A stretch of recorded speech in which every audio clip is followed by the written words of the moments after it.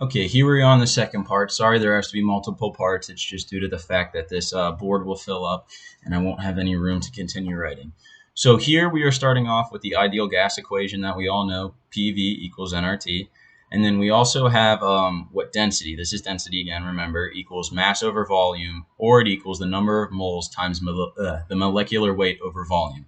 So we can go ahead and kind of manipulate this ideal gas equation to get N over V equals P over RT. And then from here, we can get the density by plugging in this into our density.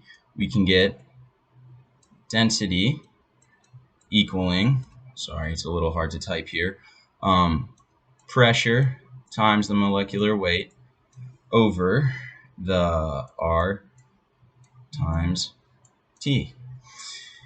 And now we can go and plug this back in to the first equation that we solved for. So we will get dP over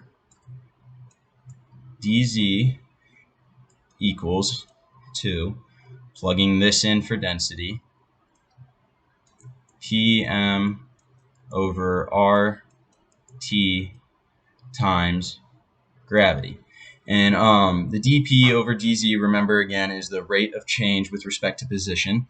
And then now we are just setting it equal to the pressure times the molecular weight over RT times gravity. I'll make sure I get that.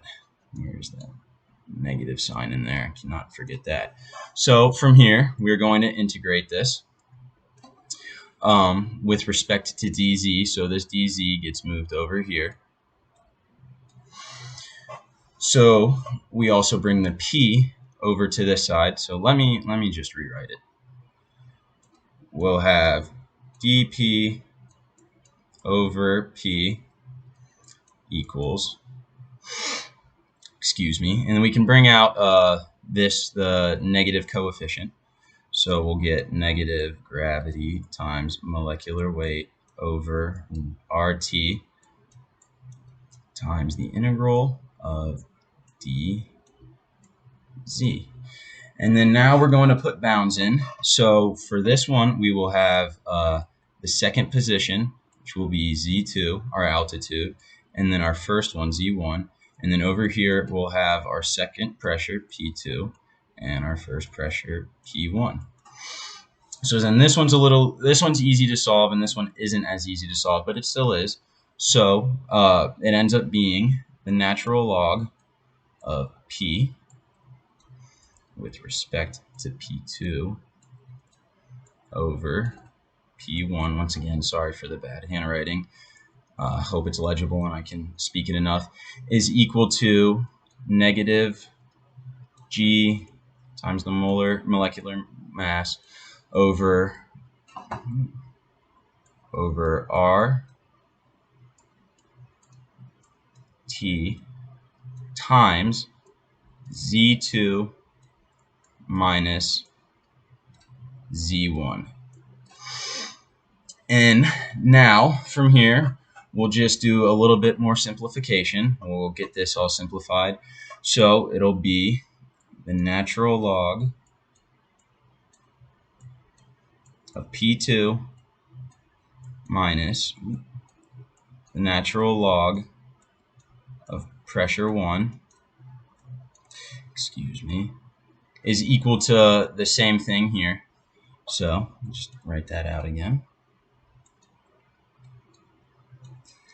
Hopefully as time goes by, I figure out this software a little bit better and my handwriting will improve. I'm also left-handed and I need to get a left-handed mouse. All right, well, guy goes out really far. All right, and now our plan here is to solve for P2. So the way we do that is we are going to get P2 is equal to our first pressure, or just pressure, times the exponential of the stuff from earlier. So it's a little different, just because we had to rearrange things.